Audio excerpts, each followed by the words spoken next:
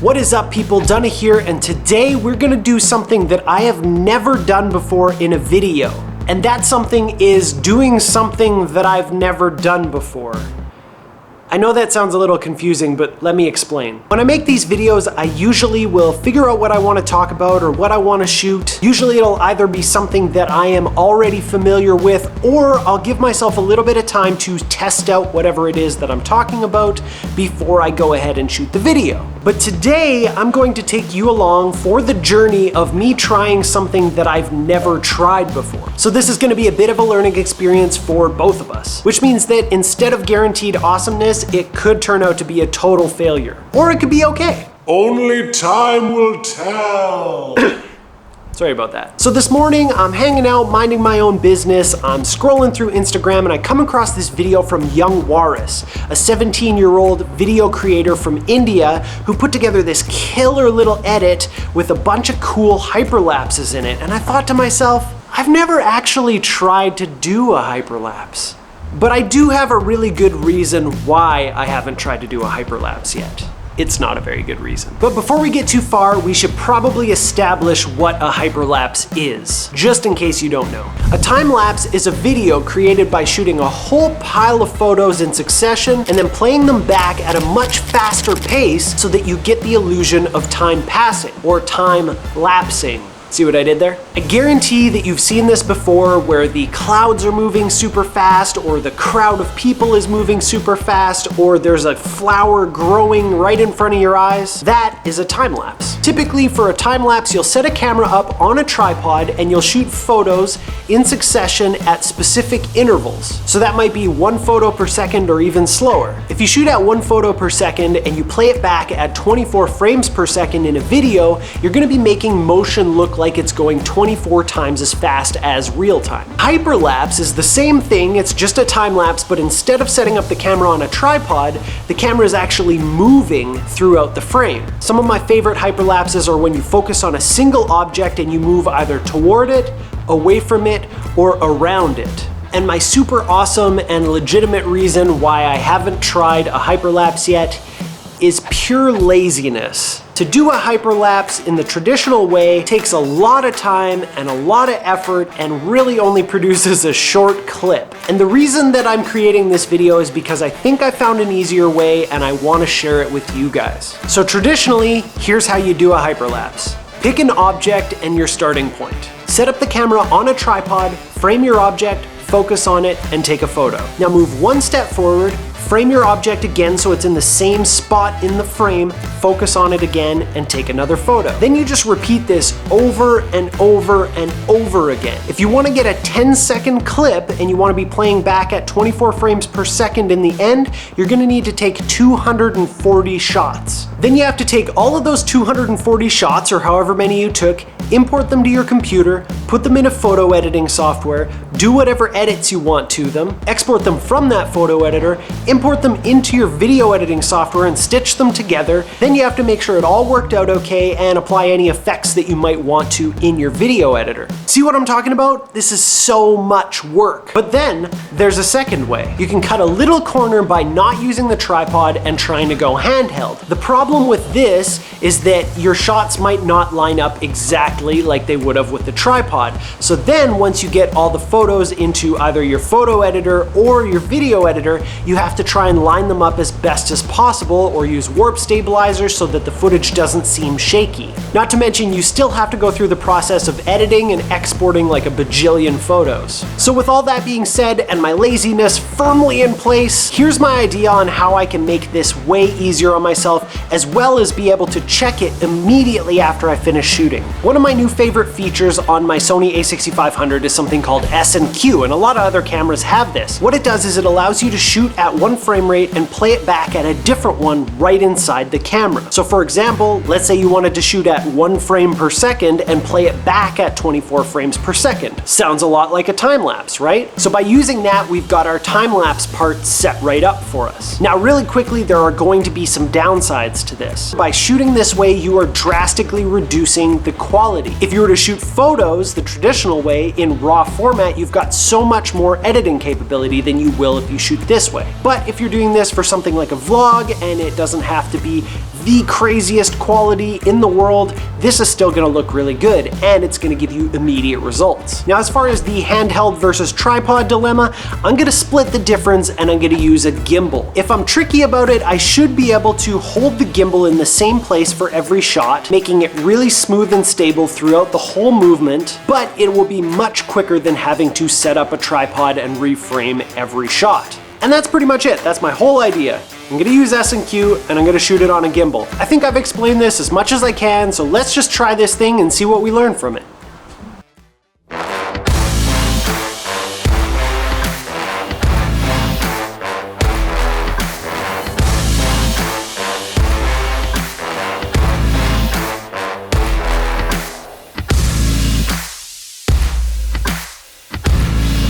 So I've got the gimbal all set up and ready to go. I'm gonna be shooting at 1 frame per second in S&Q mode, which means that we're gonna have 24 times speed when it comes to making the actual hyperlapse itself. I'm basically just going to be focusing on the building that I'm currently standing in, and I'm going to walk towards it pretty darn slowly. I need it to take about 4 minutes to get from where I'm gonna start to where I wanna finish. Let's see how this thing goes.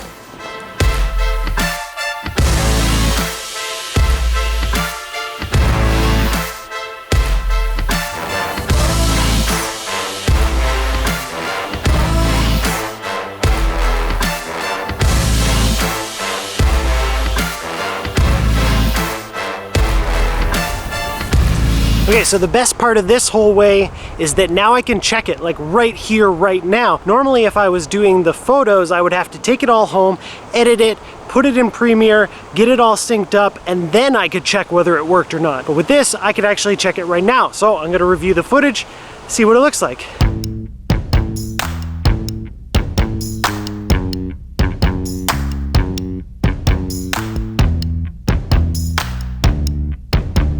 Okay, so the verdict on trial 1 is that the footage is really shaky. It's got this kind of up and down bobbing that I actually wasn't expecting to get when using the gimbal. I thought it would kind of eliminate that, but I'm gonna try it again, experiment with a couple of different modes on the gimbal, and I'm also gonna try and just walk a lot softer so that it's not bobbing up and down quite as much. Let's try again.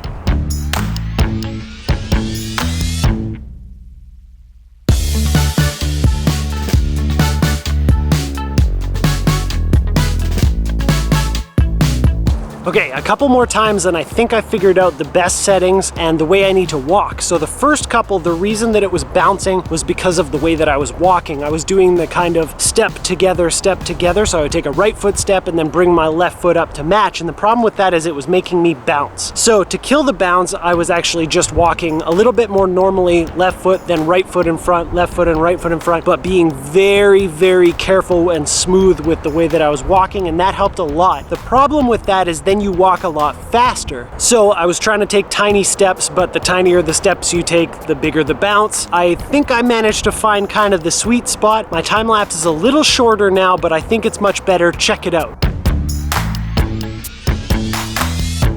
The other thing that I did is I used the gimbal modes to lock off everything. So like even when I'm turning the handle, it's not turning at all, and I can't tilt it up or down or anything, so that it keeps perfectly steady. Now this can be a little bit dangerous if you're trying to do a hyperlapse where you're moving around at all. If you're trying to move around something and you need to pivot the camera, this probably isn't gonna work. You're gonna have to be in a gimbal mode where you can actually adjust the camera and the angle of it. So now that I think I figured it out, there are a couple more cool things around the grounds here that I'm gonna get some hyperlapses of. Check them out.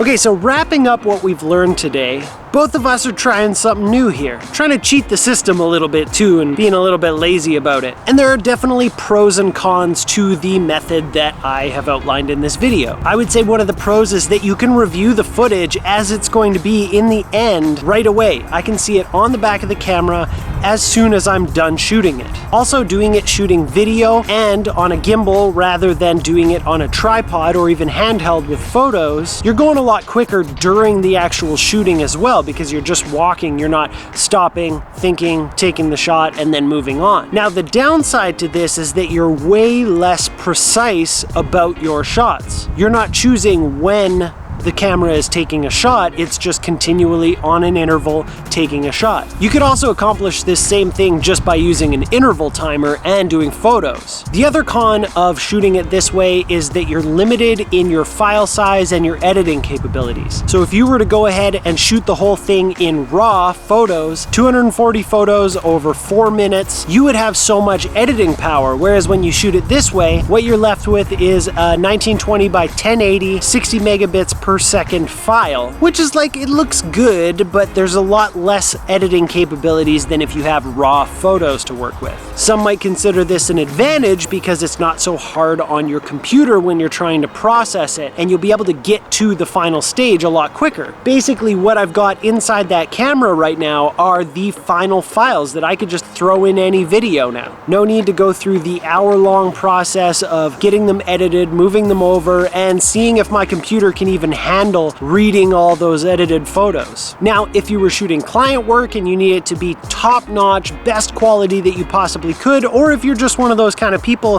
who needs to have that top quality all the time, you're probably better off to go with the more traditional way of shooting photos. It's gonna take you a lot longer, but in the end, you get all that control back. If you're someone who just wants to kind of have the hyperlapse and have it done and not have to worry about it too much, maybe this is the way to go for you. I think if I had a lot more practice with it, I would learn all of the different settings that I needed for different situations, and eventually I would be able to crush hyperlapses in no time. For now, because I'm still learning, they're probably taking me just as long as if I was to do the old school way. But as always, I want to turn it over to you guys. What did you guys think of this technique? Do you have a better technique that you think I should have been doing this whole time and I was wasting my time? Leave a comment below, let me know what you think. If you had fun or if you learned something, give this video a big thumbs up. It really does help to tell YouTube to share it around. If you want to be friends, click the little circle and subscribe to this channel. Hit that bell notification so you don't miss anything. If you want to watch another video, check this one out. I think you'll really like it, and I'll see you next time.